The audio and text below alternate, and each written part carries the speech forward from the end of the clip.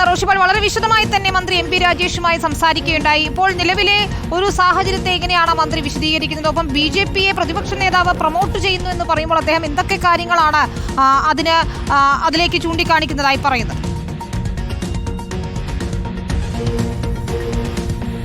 വിനിത, കഴിഞ്ഞ 3 നിയമസഭാ തെരഞ്ഞെടുപ്പുകളിൽ LDF സ്ഥാനാർത്ഥി മത്സരത്തിൽ അത്ര ചർച്ചയായിരുന്നില്ല. കാരണം BJPയും UDFും തമ്മിൽ നേർക്കുനേർ പോരാട്ടമായിരുന്നു. പക്ഷേ ഈ തെരഞ്ഞെടുപ്പിൽ അങ്ങനെയല്ല, ത്രികോണ മത്സരത്തിന് അരങ്ങൊരുങ്ങി. കാരണം P. സരിൻ LDF സ്ഥാനാർത്ഥിയായി വന്നതോടെ പ്രചാരണത്തിൽ സരിൻ മറ്റ് 2 സ്ഥാനാർത്ഥികൾക്ക് ഒപ്പമെത്തുന്നു. അതാണ് LDF ക്യാമ്പിനെ സംബന്ധിച്ചിടത്തോളം ഏറ്റവും പ്രതീക്ഷ പകർന്നിരിക്കുന്നത്.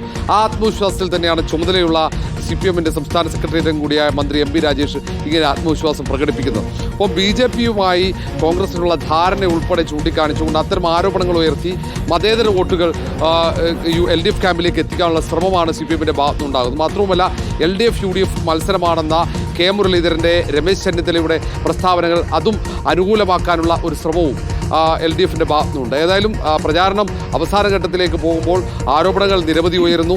അതേസമയം ഓരോ തരത്തിലും അവർക്ക് അനുകൂലമാക്കുന്ന മതേതര വോട്ടുകൾ തന്നെയാണ് ഓരോ കക്ഷികൾ, പ്രത്യേകിച്ച് UDFും LDFും ഒരേപോലെ പ്രതീക്ഷ അർപ്പിക്കുന്നത്. സ്വന്തം പാർട്ടിയുടെ വോട്ടുകൾ ഉറപ്പിക്കുന്നതൊപ്പം ഈ ജനറൽ വോട്ടുകൾ കൂടി ഒപ്പം ചേർത്ത് നിർത്താനുള്ള ശ്രമം അതിനുവേണ്ടി തന്നെയാണ് അവസാന ഘട്ടത്തിൽ ഗൃഹസന്ദർശനം ഉൾപ്പെടെ സജീവമാക്കുന്നത് എല്ലാ മുന്നണികളും. അതാണ് എം പി രാജേഷിൻ്റെ പ്രതീക്ഷ വർദ്ധിപ്പിക്കുന്നതും. ഏതായാലും ഈ തവണ അട്ടിമറി വിജയം നേടും എന്ന് തന്നെയാണ് എം പി രാജേഷ് പറയുന്നത്. അത്തരം ആത്മവിശ്വാസം എം പി രാജേഷ് പ്രകടിപ്പിക്കുമ്പോൾ തന്നെ നിരവധി പ്രശ്നങ്ങളും CPMനകത്തുണ്ട്. ആ പ്രശ്നങ്ങളൊക്കെ പരിഹരിക്കപ്പെട്ടു എന്ന ഒരു കണക്കുകൂട്ടലും CPMനുണ്ട്. അതുകൊണ്ട് തന്നെയാണ് ഈ സരിൻ എന്ന സ്ഥാനാർത്ഥിയിൽ മാത്രം ആത്മവിശ്വാസം അർപ്പിച്ച് അവർ പ്രവർത്തനങ്ങൾ മുന്നോട്ട് പോകും.